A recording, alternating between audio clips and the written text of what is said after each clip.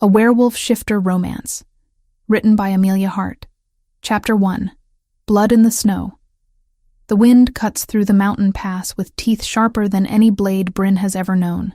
Each gust tears at her wool cloak, tries to rip the basket of herbs from her frozen fingers. She should have turned back an hour ago, when the first flakes began to fall. Should have listened to the voice in her head that whispered warnings about winter storms and foolish errands. But the fever had already taken 2 children in the lower village. Without wolfsbane, it would claim more before the week ended. Snow gathers in the creases of her leather boots, melts against skin already numb from cold. The forest around her stands silent, trees bent beneath accumulating ice. No birds sing, no creatures rustle through the underbrush. Everything with sense has found shelter. Everything except her. Bryn pulls the cloak tighter, squinting through the swirling white. The wolfsbane grows near the frozen stream, tucked beneath the overhang of stone, where spring water keeps the ground from freezing completely. She had found it last winter, marked the location in her mind. The purple-blue flowers would be dormant now, but the roots remained potent, more potent even, in the deep cold. Her breath clouds the air in short bursts. 2 more ridges. Then the descent to the stream bed. The thought of her cabin keeps her moving. Warm hearth. Dried venison hanging from the rafters. The bed piled high with furs that still smell faintly of smoke and pine. She has been alone there for 2 years now. Ever since the battle that took Henrik and half the men from the village. Ever since she stopped being able to bear the pitying looks, the whispered concerns, the widows who tried to fold her into their circle of grief. Better to be alone. Better to be useful. The wind shifts, and she catches a sound beneath its howl. Something high and thin. Almost like... Bryn stops walking. Listens. There, again. A whimper, barely audible over the storm. Her heart kicks against her ribs. An animal, probably. Caught in the weather, seeking shelter just as desperately as she needs to reach the wolfsbane. The smart thing would be to ignore it. Keep moving, collect what she came for and hurry home before the storm worsens. But the sound comes again. Weaker this time. Fading. Cursing under her breath, Bryn turns toward the noise. Her boots sink deep into fresh powder as she pushes through a stand of snow-laden pines. Branches dump their burden on her head and shoulders. Ice slides down the back of her neck. The whimpering grows louder, more desperate. She finds it in a small clearing, half buried in snow. A wolf pup, golden fur matted with blood and ice. Its rear leg twisted at an unnatural angle, caught in the cruel jaws of an iron trap. The metal teeth have bitten deep, and crimson stains spread across pristine white in blooming circles. Bryn's stomach clenches. Trappers, probably the same ones who have been working the Northern Territory, despite the laws against hunting this far into the mountains. They set their traps and forget them, leave creatures to die slowly in the cold. The pup's eyes find hers. Pale gold, almost amber, far too aware for an animal that should be mad with pain and fear. It does not snarl or snap, does not try to drag itself away. It simply watches her, those strange eyes holding an intelligence that makes her skin prickle with unease. She should leave it. Wolves are dangerous, even young ones. In a few months, this pup would be large enough to bring down a deer. In a year, it could threaten livestock. Could threaten her. The pup whimpers again. A sound so pitiful it cracks something in her chest. Bryn drops to her knees beside it, setting down her basket. The trap is old but well made, designed to hold until the trapper returned. She pulls off her mittens, works her fingers into the mechanism. The metal is so cold it burns, but she finds the release lever and presses hard. The jaws spring open with a snap. The pup yelps, tries to scramble away, but its injured leg gives out. It collapses into the snow, panting, sides heaving. Blood flows freely now from the wound, bright and hot against the ice. Without thinking, Bryn strips off her cloak and wraps the pup in it, bundling the small body against her chest. The wolf weighs more than expected. Solid muscle beneath soft fur. It trembles against her, but makes no move to bite. Those golden eyes watch her face with an intensity that should not exist in any animal. What are you? The thought whispers through her mind, but she pushes it away. The wolfsbane will have to wait. This creature will bleed out before she makes it to the stream and back. Her cabin is closer. She has supplies there. Clean water, thread and needle, herbs to prevent infection. If she hurries, they might both survive this storm. Bryn turns back the way she came, the pup's weight warm against her heart. The wind screams approval or warning. She can no longer tell which. By the time she reaches her cabin, her arms burn with effort and cold. The pup has stopped whimpering, gone limp and quiet in its cocoon of wool. For a terrible moment she thinks it has died, but she feels the flutter of breath against her neck, shallow but steady. She kicks open the door, stumbles inside. The remains of her morning fire glow faintly in the hearth. She lays the pup on the table, unwraps it carefully. The wound is worse than she thought. The trap had not just crushed, it had torn. Bone shows white through mangled flesh. Her hands move with certainty born of 2 years alone. 2 years of being the only person within miles who knew how to clean a wound or set a break. She builds up the fire first, sets water to boil.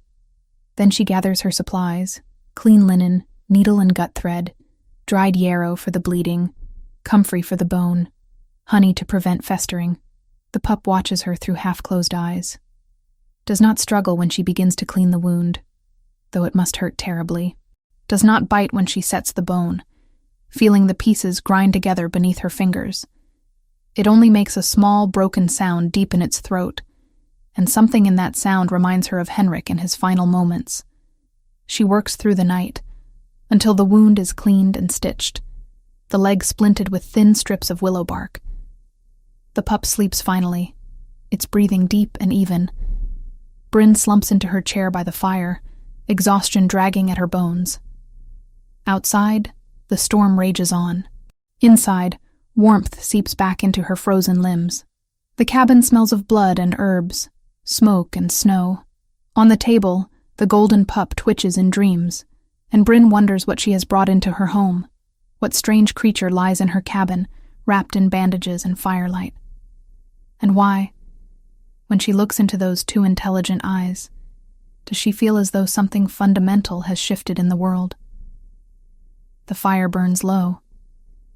Bryn closes her own eyes, just for a moment, just to rest. When she wakes, dawn light filters through the shutters, pale and weak. The pup still sleeps, its chest rising and falling in steady rhythm. The splint holds. The bleeding has stopped. She checks the stitches, finds them clean and tight. Good. It might survive after all. Bryn moves through her morning routine, feeding the fire, preparing thin broth from dried meat. The pup wakes when she approaches, flinches at first, then relaxes when she sets down a bowl of water. It drinks greedily, lapping with a pink tongue, those golden eyes never leaving her face. Intelligent. Too intelligent. She has seen wolves before, even treated an injured one years ago when she was learning her craft. But none of them looked at her the way this one does. None of them seem to understand her words when she speaks softly, telling it to stay still, to rest, to heal. This one tilts its head when she talks, responds to the tone of her voice, watches her hands as she works, as though memorizing every movement. Impossible, she tells herself, and yet every time he looks at her, she feels that impossibility cracking. But another part, the part that has been alone too long in this cabin, finds strange comfort in those watchful eyes, in the presence of another living thing that depends on her, needs her. 3 days pass. The storm continues, burying the world in white. Bryn tends the pup, changes its dressings, coaxes it to eat small amounts of meat. It heals faster than it should. By the 3rd day, it can put weight on the injured leg. And always, it watches her with those eyes that hold far too much understanding. Miles away, in a fortress of stone and shadow, Håkon stares at the empty bed in his son's chamber and feels panic claw at his chest. Eric is gone. The realization had come at dawn, when guards noticed the window standing open, snow piling on the sill. His 12-year-old son, the heir to every shifter pack in the Northern Territories, had climbed down the fortress wall and disappeared into the wilderness. Because of him. Because Håkon had pushed too hard. demanded too much, seen only the future king and forgotten the frightened boy. The words from their argument echo in his mind. You want me to be a soldier, not your son. Håkon had not known what to say, had stood there, silent, while Eric's eyes filled with tears he refused to shed, while his boy turned and ran. Now Viggo stands beside him, red-haired and grim-faced, waiting for orders. Assemble a small group. Our most trusted. No one else can know. Viggo nods. My king. The storm. I know. We go anyway. Because somewhere out there, his son is alone and hurt and afraid. Håkon can feel it through the blood bond they share, that ancient connection between alpha and heir. Pain, sharp and bright, followed by strange calm that worries him more than panic would. He will find his son. He will bring him home. The wind howls outside the fortress walls, and Håkon steps into it, following the fading thread of his son's presence northward into the storm. Chapter 2. Crossing Paths. The village sits in a valley between two mountain ridges, small and weathered and stubborn in the way of northern settlements that have survived 100 winters. Smoke rises from stone chimneys. Voices carry on the cold air, muffled by distance and snow. Håkon watches from the tree line, his breath forming clouds in the frigid morning. 4 days since Eric disappeared. 4 days of following a trail that grows fainter with each passing hour, obscured by fresh snowfall and his own growing desperation. The bond tells him his son lives, tells him Eric is somewhere north of this place, hidden among the peaks, but the bond does not tell him exactly where, and the mountains stretch for leagues in every direction. He needs information, supplies, a sense of whether anyone in this village has seen a boy traveling alone, or a wolf with golden fur, my lord. Viggo appears at his shoulder, silent as always despite his bulk. Should we split up? Cover more ground? No. Håkon's voice comes out rougher than intended. We stay together. Draw less attention that way. The captain nods, understanding without needing explanation. A group of armed warriors would raise questions in a village this size. 2 travelers, one clearly a merchant by the quality of his furs and the weight of his coin purse, would barely merit a second glance. They had left the others camped in the forest, waiting. Håkon could not risk bringing his full guard into a human settlement, could not risk word spreading that the northern lords were searching for something in the mountains. Some secrets were too dangerous to expose. The village proper consists of perhaps 30 buildings clustered around a central square. A blacksmith works his forge despite the cold, hammer ringing against iron. Women carry water from the well, bundled in layers of wool and fur. Children dart between houses, their laughter high and bright. Normal, peaceful, unaware that a shifter heir walks among their mountains. Håkon and Viggo make their way to the largest structure, a long hall that serves as both tavern and meeting place. Inside, warmth hits them in a wave. A fire roars in the central pit. Men sit at rough tables, drinking ale and speaking in low voices. The conversation stutters when they enter, eyes tracking the strangers with cautious curiosity. Håkon removes his hood, lets them see his face, lets them see the silver threaded through his beard, the bearing of someone accustomed to command, someone with money to spend. The tavern keeper approaches, wiping his hands on a stained apron. Welcome, travelers. Storm catch you unprepared? Something like that. Håkon settles onto a bench, gestures for ale. We are searching for my nephew, a boy of 12, fair-haired. He ran off after an argument with his father. We believe he came this way. The keeper shakes his head slowly. Have not seen any boys traveling alone. Not in this weather. He would freeze to death out there. Perhaps someone took him in. Gave him shelter. Perhaps. But folks here would have mentioned it. Not many strangers pass through in winter. Håkon accepts the ale, drinks to cover his frustration. 4 days, and still nothing. No sign. No word. Only that persistent pull northward through the bond, constant and unchanging. Viggo leans forward, his voice casual. We heard tell of a woman who lives alone in the mountains. A healer of some kind. Would she take in a lost boy? The keeper's expression shifts, becomes guarded. The widow Bryn keeps to herself, has done since her man died at Iron Ridge. She comes down for supplies now and then, but mostly stays away. Could you send word to her? Ask if she has seen. She does not welcome visitors. The keeper's tone brooks no argument. And with respect, sirs, you should not be wandering the high country in winter. The passes are deadly once the storms come. Håkon sets down his cup with careful precision. We will take that under advisement. He catches Viggo's eye, sees his own thoughts reflected there. A woman living alone in the mountains, north of the village. A woman who knows the terrain, who might have found a boy or a wolf in need of help. Worth investigating. The tavern door swings open, bringing a gust of wind and snow. And something else. A scent that makes every instinct in Håkon's body snap to attention. Eric. Faint. Days old. But unmistakable. A woman enters, stamping snow from her boots. She is smaller than the other villagers, lean in the way of someone who works hard and eats little. Her hair hangs in a dark braid down her back, and her eyes, gray as winter ice, scan the room with quick efficiency before settling on the tavern keeper. Bryn. The keeper's greeting holds warmth. Did not expect to see you so soon. Ran low on thread. She sets a basket on the bar, begins removing bundles of dried herbs. And I need salt. Flour if you have any to spare. Her voice is low, steady, carrying none of the deference most human women show in the presence of strange men.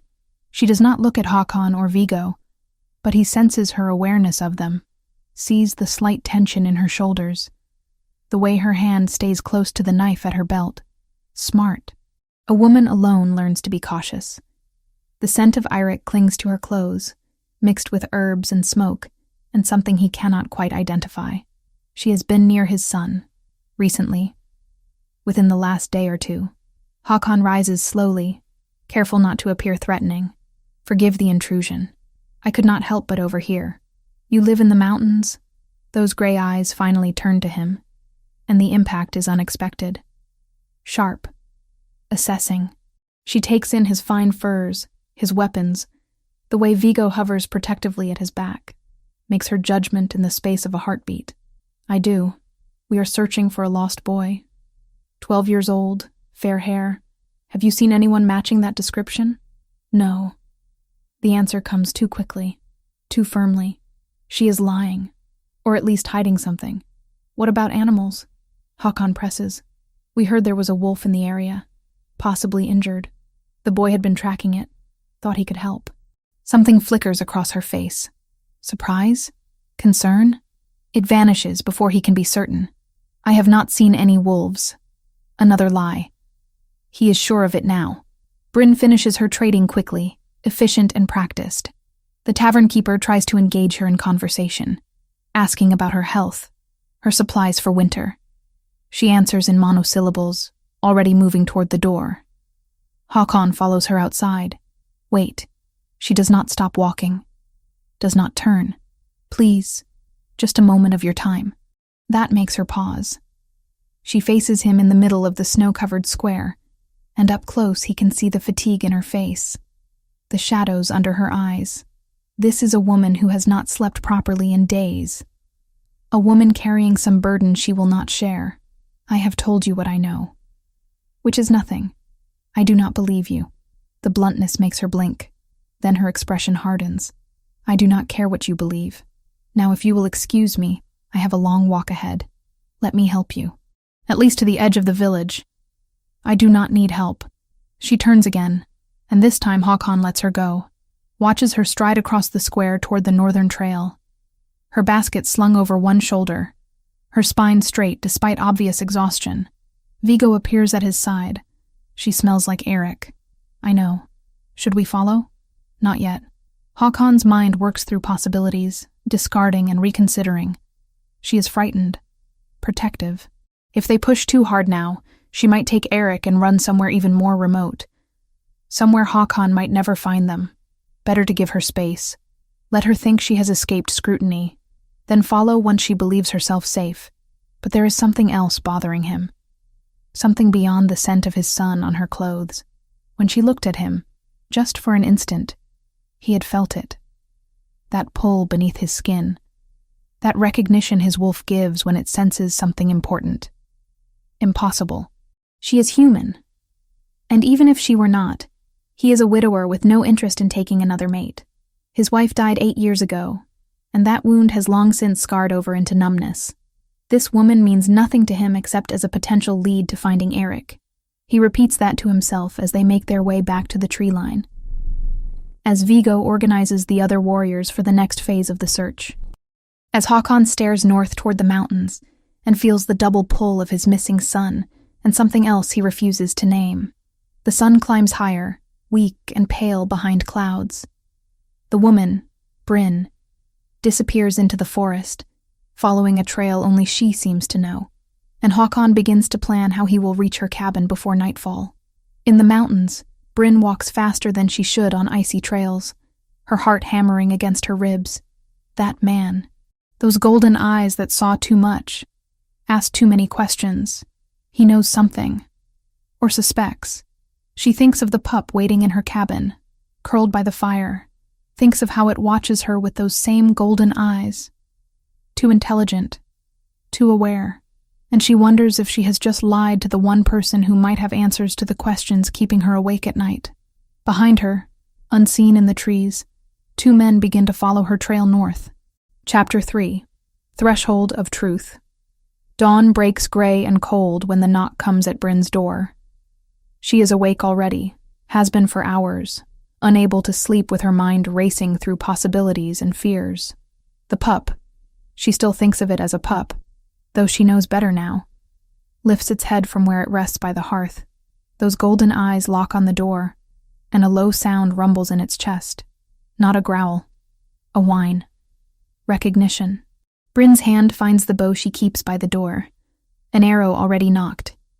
She does not open it, does not call out, simply waits, heart pounding, for whoever stands on the other side to make the first move. I mean you no harm. The voice is deep, controlled, edged with something that might be desperation. Please, I only want to talk. The man from the village. She recognizes the timbre of his voice, the careful authority in it. He followed her. Of course he did. She had seen it in his eyes yesterday. That determination, that certainty that she was hiding something. Because she is. Go away. I cannot do that. Then we have nothing to discuss. Silence. Long enough that she thinks he might have left. Then, I know my son is here. The words hit her chest hard. Son. Not nephew, as he claimed in the village. Bryn stared at him. You said nephew. I lied. Håkon answered simply. It was the only way to search without raising alarm. The blunt confession unsettled her more than deception ever could. Son. And if this man is the father of the creature sleeping by her fire, then what does that make him? What are you? She asks through the door. Someone who is very tired, very worried, and willing to answer any question you have, if you will just let me see that my boy is safe. The pup makes that sound again, pitched higher now. Urgent. It struggles to its feet, favoring the injured leg, and limps toward the door. Bryn makes a decision. Probably a terrible one, but standing here arguing through wood solves nothing. She pulls back the bolt, opens the door just wide enough to see out, arrow still raised.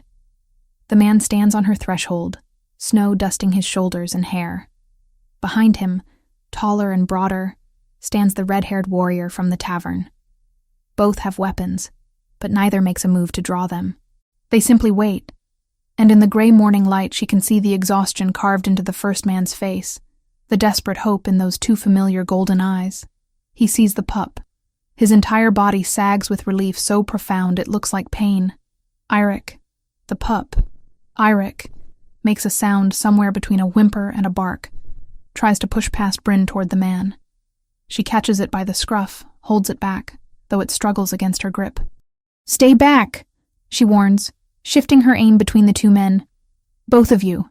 I do not know what is happening here, but I am not letting you take this animal until I understand. He is not an animal. The man's voice cracks on the words. He is my son. That is impossible. Is it? The challenge hangs in the cold air. Bryn looks at the pup, at the man, at those matching golden eyes, at the intelligence she has been denying for days, the strange behaviors, the too quick healing. Impossible. But staring her in the face anyway. You need to explain. Now, may we come inside? The red-haired warrior speaks for the first time, his accent rougher, more northern. The wind is picking up. There is another storm coming. Bryn hesitates. Every instinct screams at her to refuse, to slam the door, to run. But where would she go? And if these men wanted to harm her, they could have done so already. Could have forced entry while she slept. Instead, they knocked. Asked permission. Showed her courtesy she does not understand.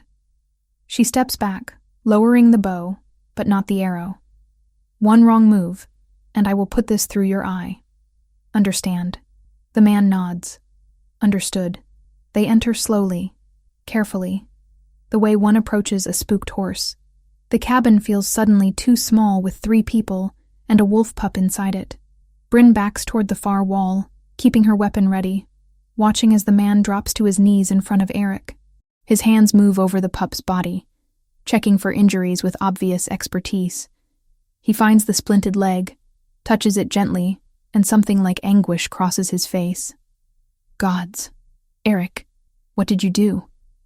The pup licks his face. The man pulls it, him, into an embrace. And the pup burrows into his chest, making soft sounds of distress and relief. Bryn watches this display of affection between man and animal, and feels her understanding of the world tilt sideways. You said he is your son. Explain that. Make it make sense. The man looks up at her, and she sees him making calculations, weighing risks, deciding how much truth to tell a stranger who has stumbled into secrets she should never have discovered. Finally, he speaks. My name is Håkon. This is Viggo, captain of my guard. We are shifters. My people can take the form of wolves, or of humans as we choose. Eric is 12 years old. He ran from home a week ago. He must have been injured, forced into his wolf form to survive. Shifters. The word sounds like something from old stories, tales told to frighten children. But she is looking at the proof of it. Has been caring for proof of it for nearly a week. That is insane. I know how it sounds. It sounds like a fever dream. And yet you do not truly disbelieve me, do you? Håkon's eyes hold hers. You have been caring for him. You have seen how he understands you, how he heals faster than he should, how he watches you with a person's awareness, not an animal's. He is right. She has seen all of those things, has spent sleepless nights wondering about them. Why did he run? Håkon's expression shudders. A private pain, quickly hidden. That is between my son and me. He ran from you. Yes. And now you want me to simply hand him over so you can take him back to whatever made him desperate enough to flee in the first place?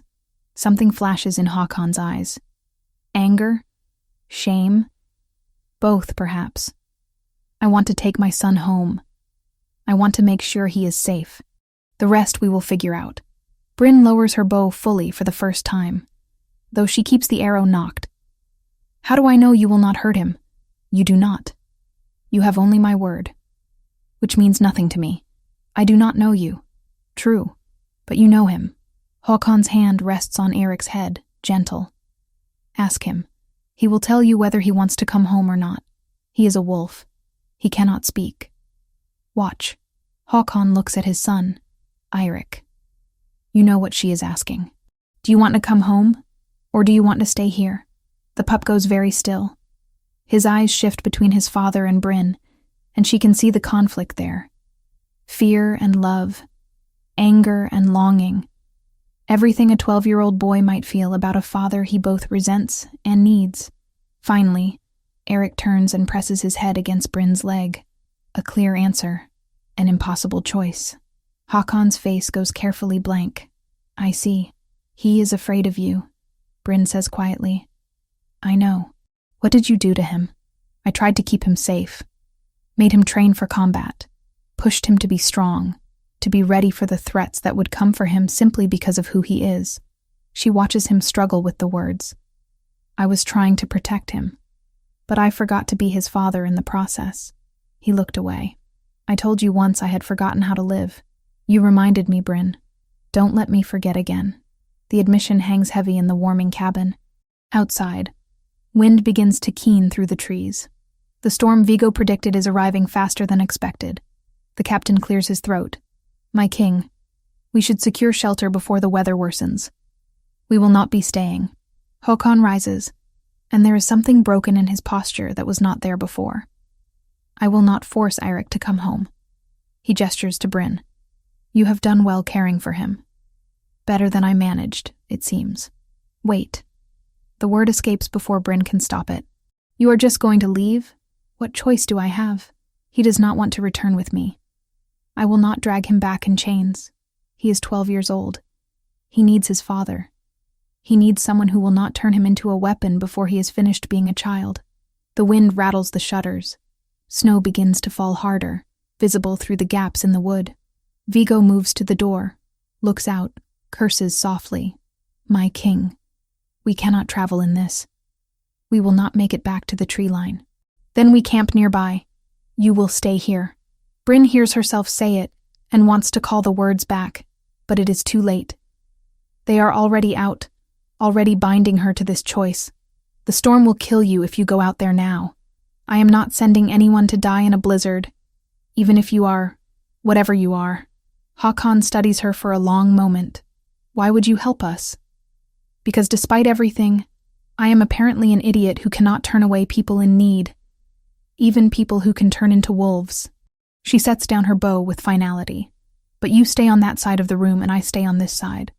And if either of you makes a threatening move, I will gut you with my knife. Are we clear? Clear. The storm intensifies throughout the morning, howling around the cabin with mindless fury. Bryn keeps her word, maintaining careful distance, though she shares her food and water.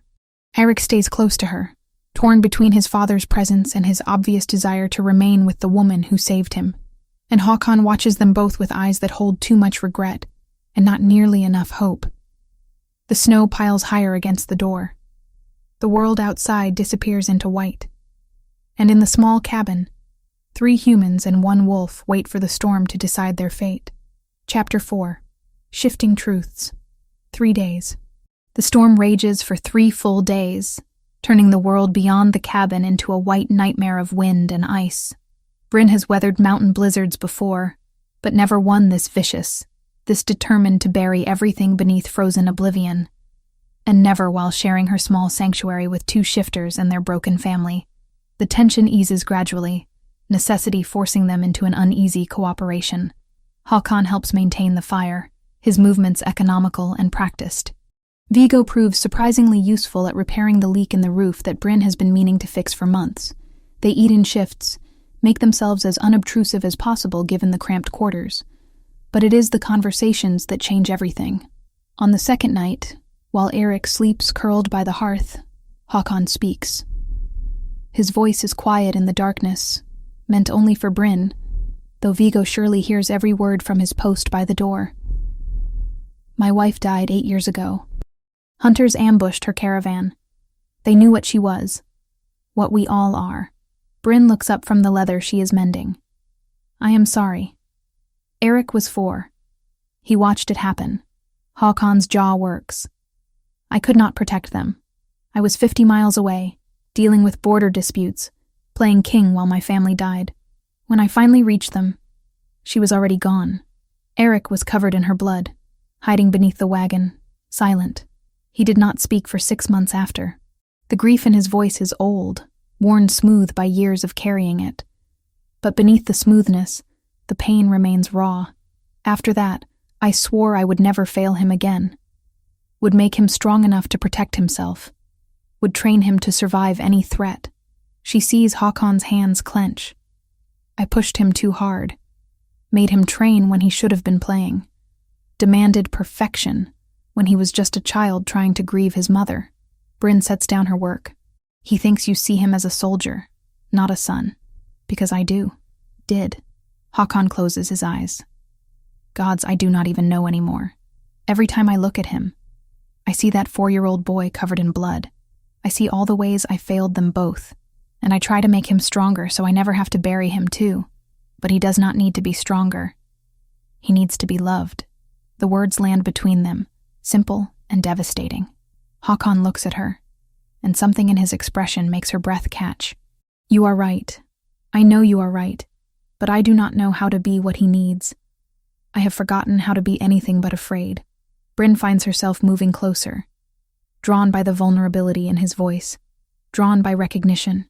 She knows what it means to lose someone, to let fear rule every decision after.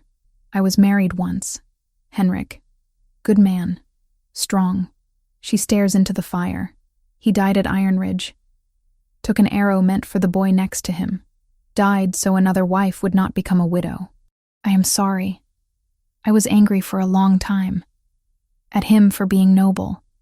At myself for not being there. At the world for taking him when we had barely begun. She touches the ring she still wears on a leather cord around her neck. I understand fear. I understand pushing people away because losing them hurt too much. Is that why you live alone? That is why I exist. Living is something different. The admission hangs in the warm air. Håkon holds her gaze, and she sees her own loneliness reflected back at her. Two people trying to survive their losses. Two people who have forgotten how to be whole. The moment stretches. Then Eric whimpers in his sleep, and they both turn to look at him. He has nightmares, Håkon says. About his mother. About the blood. So do you. Yes. Brynn makes a decision. Tomorrow when he wakes, you will talk to him. Really talk. Not as a king to his heir, as a father to his son. He may not want to listen. Then you keep trying until he does. The third morning brings a change in the storm. The wind dies to a whisper. Snow still falls, but gently now, without the murderous fury of the previous days. And Eric begins to shift. Brynn wakes to a sound she has never heard before. A crack, sharp and wet, followed by a groan that is neither animal nor fully human. She sits up quickly, reaching for her knife, and sees Eric convulsing on the floor. Håkon is already there, kneeling beside his son. It is all right. You are safe. Let it happen. What is happening to him? Brynn demands. He is shifting back. Håkon's voice remains calm, steady. He hasn't shifted in months, he explained softly to Brynn. The trauma of his mother's death froze that part of him. This is the first time since then. His body has healed enough. He can return to human form now. Will it hurt? Yes. She watches, horrified and fascinated as Eric's body transforms. Fur recedes into skin. Bones reshape themselves with sounds that make her stomach turn. Claws become fingers. The muzzle shortens, flattens, reforms into a boy's face twisted with pain. Then it is over. A 12-year-old child lies naked and shivering where the wolf had been, curled into a tight ball, tears streaming down his face. Håkon pulls off his own cloak, wraps it around Eric. I have you. You are safe now. Father. The word comes out as a sob. I am sorry. I am so sorry. Shh. No apologies. Not now. Brynn grabs blankets, brings them to Håkon. Viggo turns his back, giving the boy privacy. She starts to do the same, but Eric's hand shoots out, catches her wrist. Please do not go. She looks at Håkon, who nods. She settles beside them, and Eric keeps hold of her hand while his body adjusts to its restored form. His skin is feverish. Sweat beads on his forehead despite the cold. How do you feel? She asks. Like I was torn apart and put back together wrong. That is normal, Håkon assures him. It will pass. The first shift back is always the hardest. Eric's eyes find his father's face. I should not have run. I should not have given you reason to. Silence. Then, I was afraid. Afraid I would never be good enough, never be strong enough, never be the king you need me to become. Håkon's face crumples. Eric. Son, I do not need you to be a king. I need you to be yourself. I need you to be the boy who laughs at terrible jokes and sneaks extra honey cakes from the kitchen. The boy who is kind to everyone, even when they do not deserve it. That is who I need you to be. But what about when you are gone? What about when I have to lead? Then you will lead. But not yet. Not for many years. Right now you are 12. You are allowed to be 12. Tears spill down Eric's face. I miss her. I miss Mother so much. I know. I miss her too. Every day, father and son hold each other, and Bryn feels her own eyes burn. She looks away, giving them what privacy she can in the small space. Vigo remains at the door, his broad shoulders tense. Even he seems affected by the raw emotion filling the cabin. After a long moment, Eric pulls back. He looks at Bryn. Thank you for saving me, for taking care of me when I was too afraid to come home. You are welcome. I heard Father say you lost your husband. I am sorry. So am I. But I think perhaps we all needed to find each other. Strange as this situation is, Eric manages a weak smile. It is very strange. The storm breaks that afternoon. Sun filters through the clouds for the first time in days, turning the snow-covered world into something almost beautiful. Håkon and Vigo prepare to leave, but the atmosphere has shifted. No longer are they intruders in Bryn's sanctuary. They are something else now. Something undefined. We should return to the fortress, Håkon says. My men will be worried, and we need to get Eric somewhere safe. The word hangs unspoken between them. But Bryn busies herself packing food for their journey, trying to ignore the strange ache in her chest. She has been alone for 2 years. 3 days should not be enough to make her miss people she barely knows. You will come with us. She turns, finds Håkon watching her. What? Come to the fortress. Stay as my guest. You cannot remain here now. Not after what you have learned. You mean because I know your secret? Because you saved my son's life? Because you gave us both something we desperately needed? Because... He stops. Because I would like you to stay.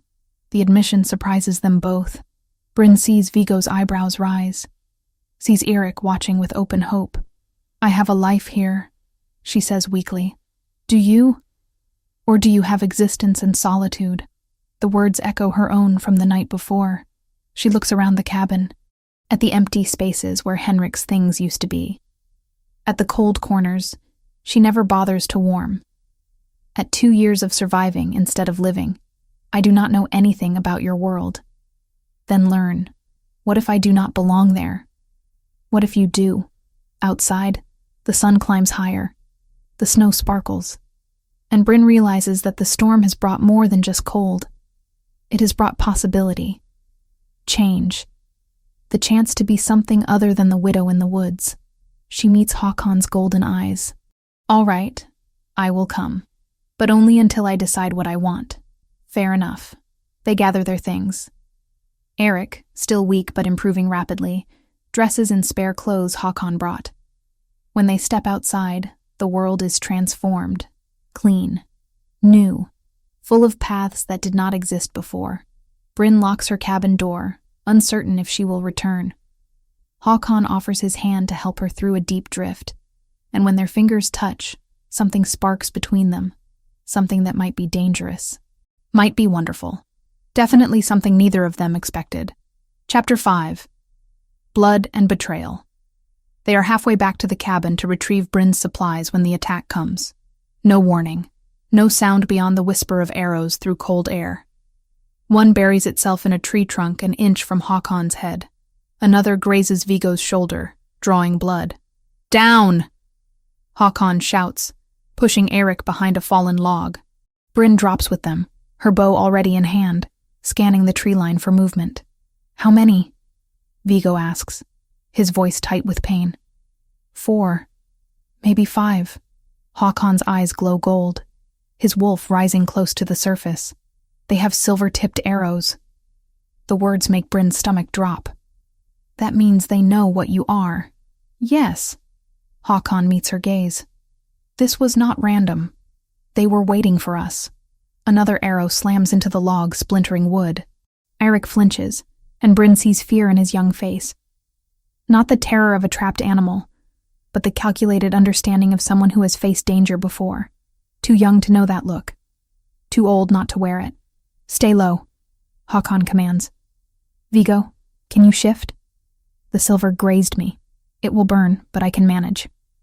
The captain's face is already changing, bones beginning to crack and reform.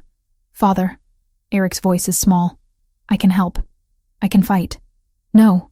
The word comes out harsh. Then Håkon softens. "I need you to protect Bryn." "Can you do that?" The boy nods, and Bryn sees something shift in his expression. Purpose replacing fear.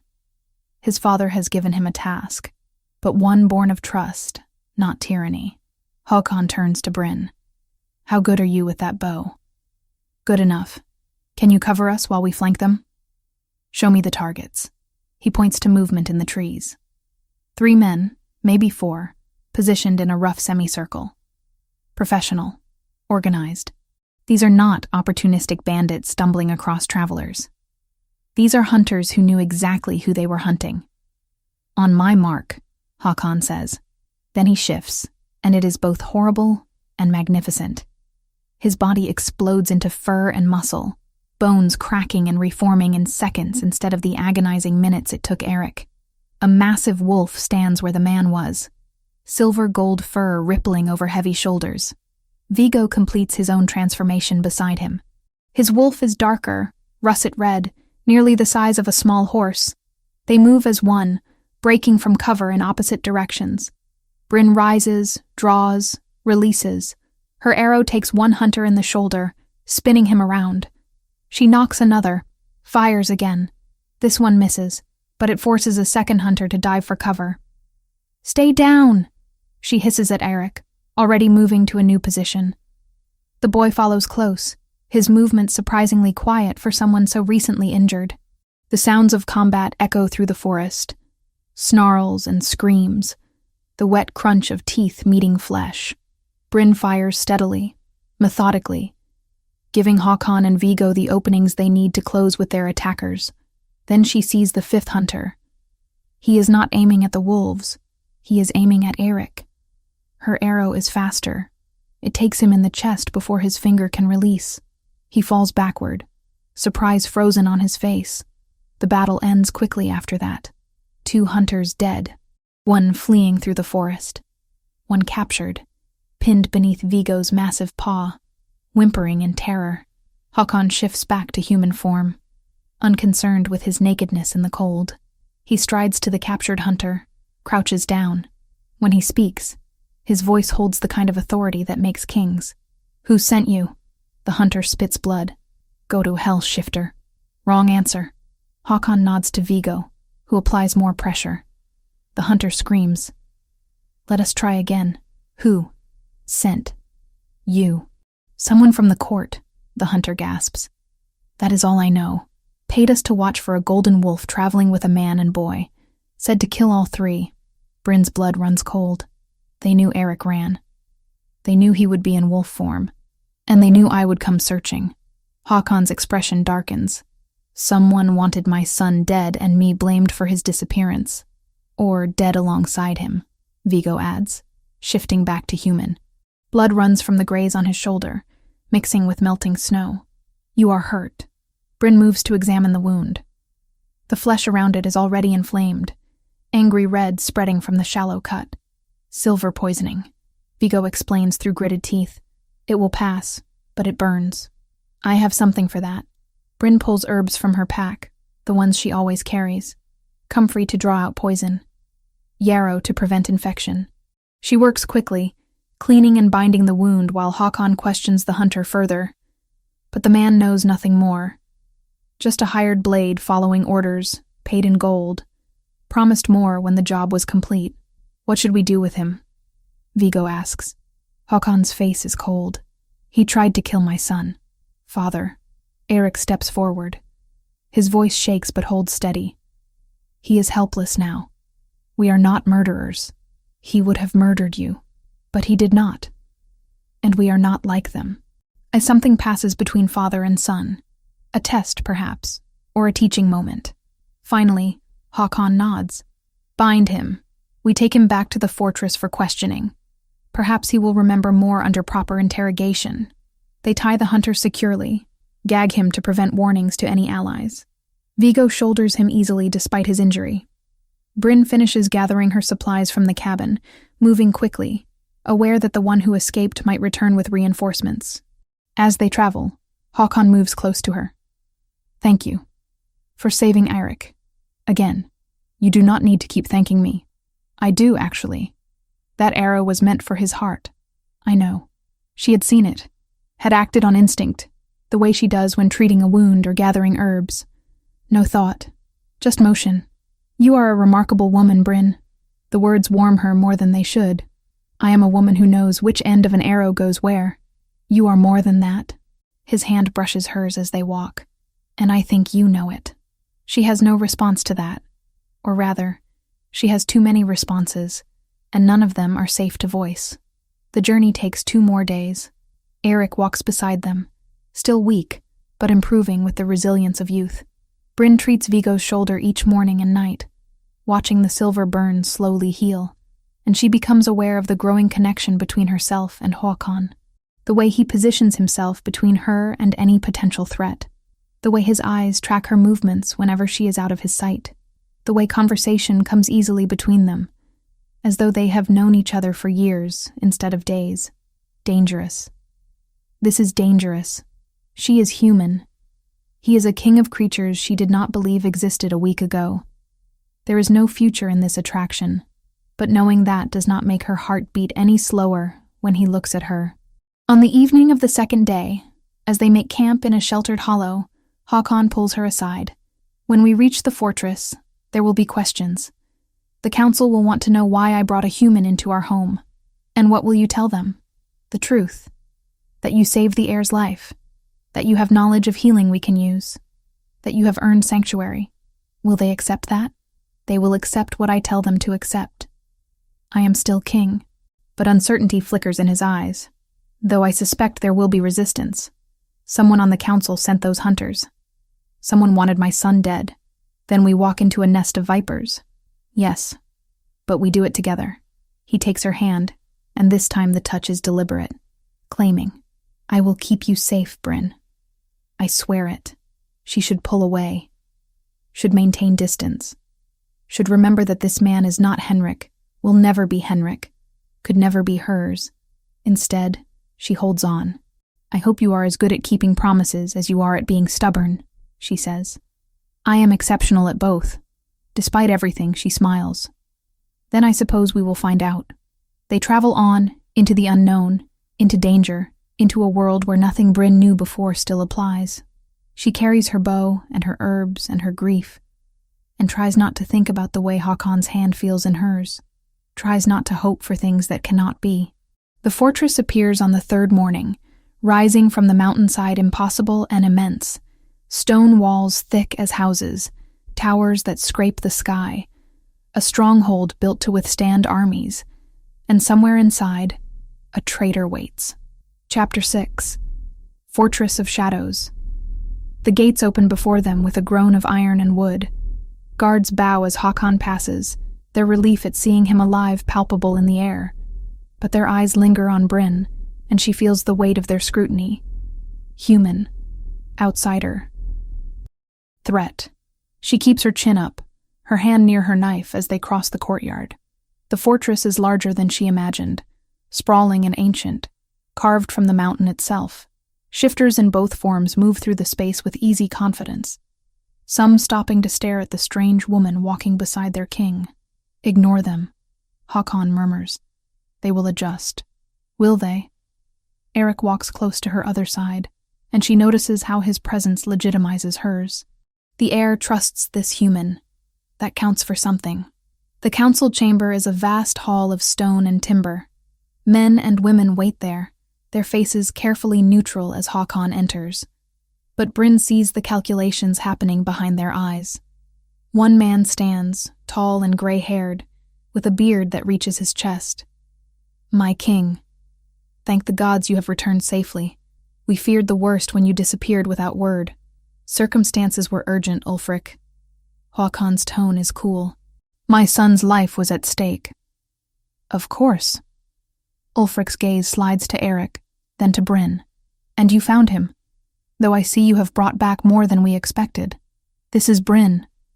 She saved Eirik's life when he was injured and lost in the mountains. She has earned our protection and our gratitude. A woman with silver-shot black hair leans forward. A human. You brought a human into the heart of our stronghold. I brought someone who risked her own safety to care for a creature she did not understand, who showed compassion when she could have shown fear. Hakon's voice hardens. I will not apologize for honoring that debt. The debt is acknowledged, Ulfric says smoothly. But surely the woman would be more comfortable in the village below, among her own kind. I decide who is comfortable where. Hakon pulls out a chair, gestures for Brynn to sit. She does, feeling every eye in the room on her. Brynn will remain here as my guest. Any objections can be directed to me. Silence. Then a younger man speaks, his accent marking him as northern-born. My king, we do not question your judgment. But the timing is concerning. The heir disappears. You vanish to find him. And when you return, you bring an outsider who now knows our greatest secret. Her knowledge changes nothing. She cannot reveal what no one would believe. Forgiveness, my lord, but she could try. Better she remain here where we can watch her. The implication is clear. They mean to keep her prisoner, whether Hakon agrees or not. Brynn rises slowly. I have no intention of speaking about what I have learned. I understand the danger it would bring to your people. She meets each council member's gaze. But I also will not be held captive, because you are afraid. I saved your heir's life. I fought beside your king against hired killers. I have earned the right to choose my own path. Hakon's hand finds her shoulder. Brynn is under my protection. Anyone who harms her answers to me. Are we clear? Murmurs around the table, grudging nods. But Brynn sees the resentment. She has made enemies simply by existing in their world. The council moves on to other matters. The attack in the forest, the hired hunters, the implications of someone inside the court coordinating Eric's death. Brynn listens, trying to follow the complex politics, trying to understand who might benefit from a dead heir and a vulnerable king. Ulfric seems too obvious. He leads the opposition, questions Hakon's decisions. But would he truly kill a child to achieve power? A woman named Signa, ancient and white-haired, watches Brynn with curious eyes rather than hostile ones. When discussion turns to Viggo's injuries, she stands. I should examine the captain's wounds.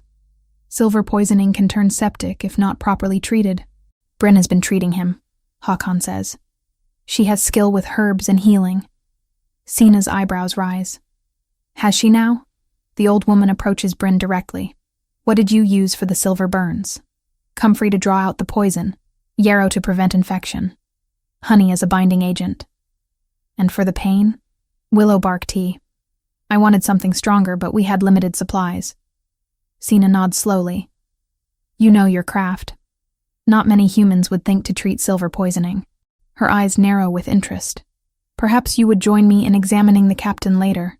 I would like to see your techniques. I would be honored. The offer surprises everyone. Sina is clearly respected. If she accepts the human healer, others might follow. The council adjourns without resolution. Hakon leads Brynn to chambers in the East Tower, rooms larger than her entire cabin. A fire burns in the hearth. Furs cover the bed. Thick glass fills the windows. You are giving me royal quarters, Brynn says. I am giving you the safest rooms in the fortress. These chambers share a wall with mine. If anyone tries to harm you, I will hear it. You truly think someone would try? I think someone sent hunters to kill my son. That same person will not be pleased you helped us survive. Hakon moves to the window. You are in danger here, Brynn. Then why did you bring me? Because you would be in more danger alone. At least here I can protect you. She moves to stand beside him. Snow begins to fall again, soft and steady. You cannot protect everyone, Hakon. You learned that when your wife died. His jaw tightens. Do not. Do not what? Speak truth? She turns to face him. You are terrified of losing another person you care about. So you push them away or pull them too close. There is no middle ground with you. You do not understand. I understand grief. I understand guilt. Her hand finds his. But you cannot keep living in fear. It will destroy you. And if I let myself care again? If I let you become important to me? What happens when you are ripped away like she was? Then you grieve, and you survive, because that is what we do. She squeezes his hand. But hiding from life is not the same as living it. He looks at her, and something breaks in his expression. I have been alone for so long. I know. So have I. The space between them shrinks. His hand cups her face, thumb brushing her cheekbone. This is unwise. Probably. You are human. I am king. There is no future in this. I know. And yet I cannot seem to stay away from you. He kisses her, and it is hunger and desperation. Loneliness finding solace in unexpected places. Bryn responds without thinking, her body remembering what it means to be desired, to be wanted. When they break apart, both are breathing hard. That was definitely unwise. Bryn manages. Spectacularly so. But Håkon is smiling, and it transforms his face. A knock at the door breaks the moment. Viggo's voice carries through.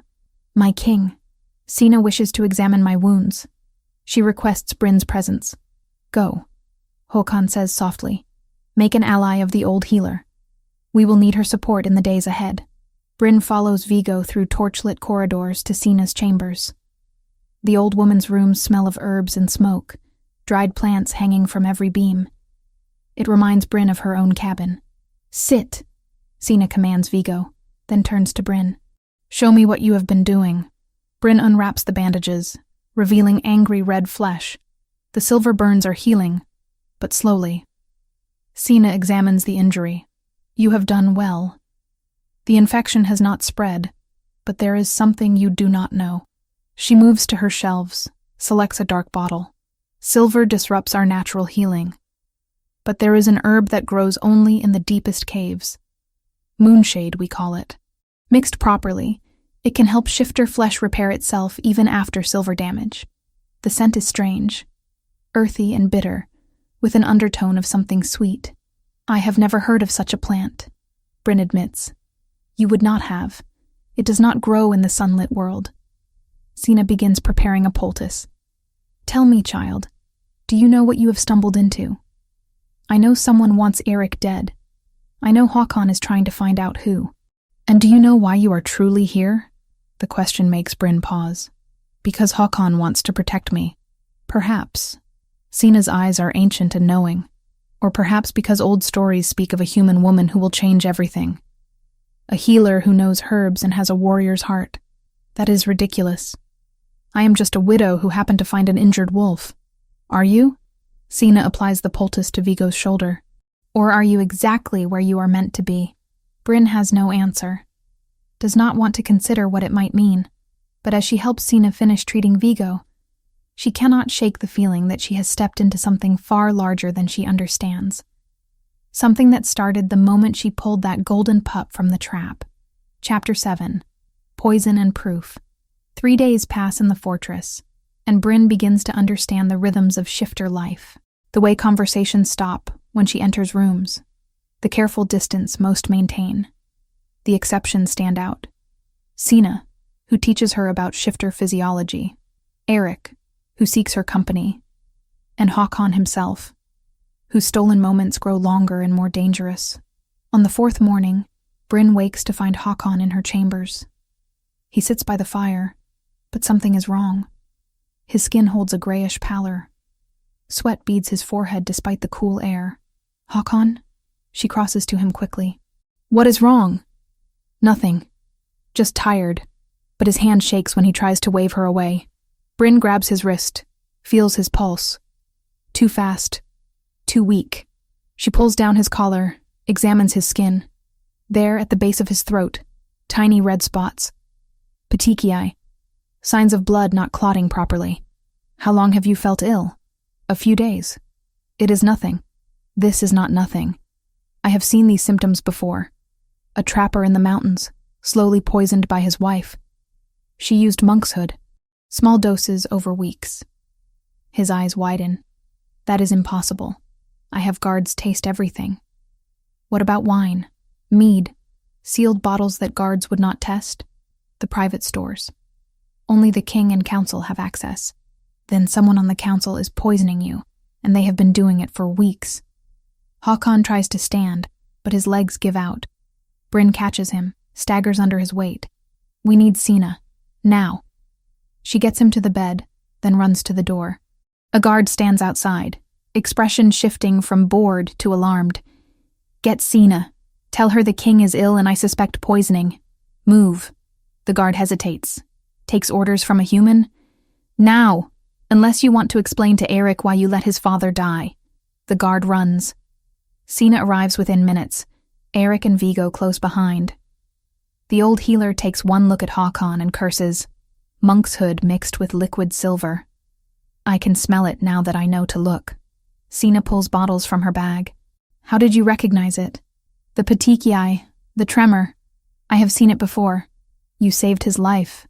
Another day and this would be irreversible. Sina begins preparing a counteragent. Eric, I need fresh water from the spring. Vigo, find out what Håkon ate and drank yesterday. Bring me samples. They scatter. Bryn stays, holding Håkon's hand as Sina works. The monkshood is rare. The arrows had been meant for my son, Håkon said grimly. The poison was meant for my throne, Bryn explains. It grows in my mountains. Someone knew where to find it. The hunters we captured, Håkon says through gritted teeth. They died in their cells before we could question them. Poison again. I thought it was to silence them.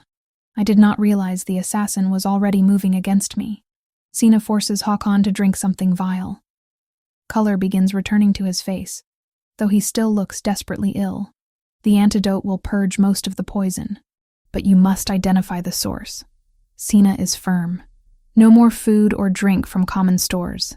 Nothing that passes through anyone's hands but those you absolutely trust. They work through the morning, testing samples. The wine is clean. The meat is clean. But the tea, a special blend that only Håkon drinks, reeks of poison when properly examined. Monkshood and silver, mixed to mask the taste. Signa holds up a sample. Clever. Most shifters would not notice until too late. Who prepares the tea? Bryn asks. Different servants. But the tea itself comes from one source. Håkon's face hardens. Ulfric gave me the blend months ago. Said it would help with stress. The council chamber erupted into overlapping arguments. Disbelief, denial, fear. It took Håkon's roar to silence them. Enough. I will not debate treachery while poison still runs through my veins. Only then did the guards move. The name falls like a blade. Ulfric, the council leader. The one who benefits most if Håkon and Eric both die. We need proof, Vigo says. We cannot accuse a council member without evidence. Then we set a trap, Bryn says. Håkon recovers publicly. Makes it known he is drinking the tea again. Ulfric will panic. We'll try to finish what he started. And we will be waiting. That puts you at risk. Håkon objects. Everything puts me at risk. At least this way we end the threat. Sina nods. The girl is right. Flush the viper from his hole. They plan through the afternoon. Håkon will appear to recover. Will resume drinking the tea publicly. Bryn will remain visible and vulnerable. Vigo will watch Ulfric's movements. And Eric will remain guarded. I can fight, the boy protests. You are 12, Håkon says gently, and you are what they want most. So you will stay safe. Please. The please does it.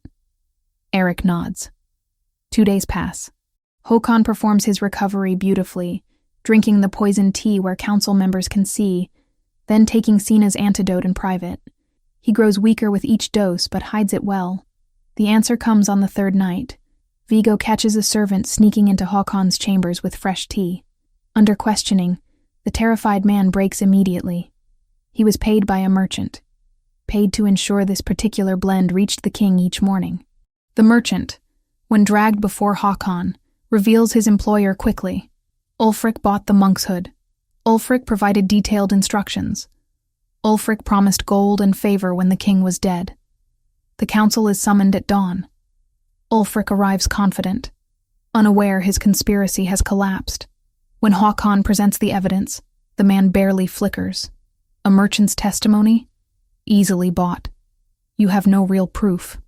I have this. Bryn steps forward, holding a leather journal. I found it in your chambers. A full accounting of payments. Names of every hunter you hired. Instructions for the poisoning. all in your own hand. She had searched his rooms the previous afternoon, Vigo standing guard. The journal had been hidden well, but not well enough. Ulfric's composure cracks. You had no right. You tried to murder a 12-year-old boy. You poisoned your king. Bryn's voice is cold. You wanted me gone because I might discover your secrets. You were right to be afraid. Guard seize Ulfric. Other names from the journal are called. 3 more council members are arrested, faces pale with shock. Håkon stands, and despite his weakened state, his presence fills the hall. You sought to end my line through murder and treachery. There is only one punishment for this crime. The council will never accept. Ulfric begins. The council will accept what justice demands. Håkon's eyes glow gold. And justice demands blood. The execution happens at dawn the next day. Bryn does not watch, but she hears the howls echoing through the fortress. 4 traitors torn apart by the wolves they sought to control. It should horrify her. Instead, she feels only relief that the threat is ended. Håkon finds her after, still weak but alive. He pulls her into his arms, and for a long moment, they simply hold each other. Survivors of a storm neither expected. Thank you, he whispers, for seeing what no one else saw, for saving my life. You are welcome, though I hope never to test for poison again. I will do my best to avoid being poisoned. For you. She laughs despite everything. What happens now? Now we rebuild. Establish a council we can trust. Make sure Eric is safe. He pulls back to look at her. And I would very much like you to stay. As what? Your human curiosity? As someone I cannot imagine being without. The words hang between them, full of promise and complication.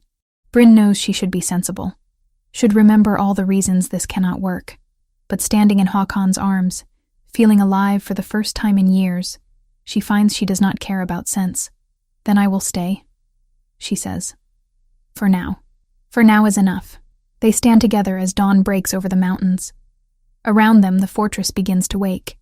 A new council will be formed, a new era begun, and Bryn realizes that somewhere between saving a wounded pup and exposing a traitor, she has found something she thought lost forever, a place to belong. Chapter 8. Moon's Gift. 2 months pass in the fortress, and winter begins its slow retreat. Ice melts from the battlements. Snow turns to slush in the courtyards, and Bryn finds herself transformed in ways she never imagined. The new council accepts her presence, if not warmly, then at least without open hostility. Sina has taken her on as a formal apprentice, teaching her the deeper mysteries of shifter healing. Eirik has grown confident again, laughing more, training without fear, and Håkon has become something she never expected to find after Henrik. Not a replacement. Never that, but something new. Something that makes her heart race when he enters a room. They have not spoken of the future, have not defined what exists between them, but the looks exchanged across the council chamber speak volumes. The way his hand finds hers when they walk the battlements, the stolen kisses in shadowed corridors. It cannot last. She knows this. She is human. He is king. The gulf between them is vast. On a morning when the first hints of green show through melting snow, the council convenes. Håkon stands at the head of the table, his recovered strength evident. The traitors are gone. The council is renewed.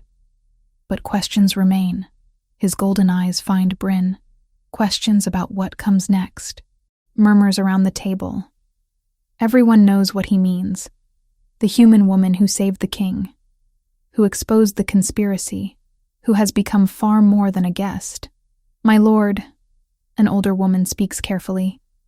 We are grateful for Bryn's service, but her continued presence raises concerns. She knows our secrets, and she is human. The law is clear. The law was written when humans were enemies, Håkon counters. Old instincts warred with new understanding. The king in him knew the law, but the man beside her had already chosen differently. Bryn has proven herself friend and ally. She has earned a place among us. A place as what, precisely? Another council member asks. She cannot be one of us. The bloodline does not work that way.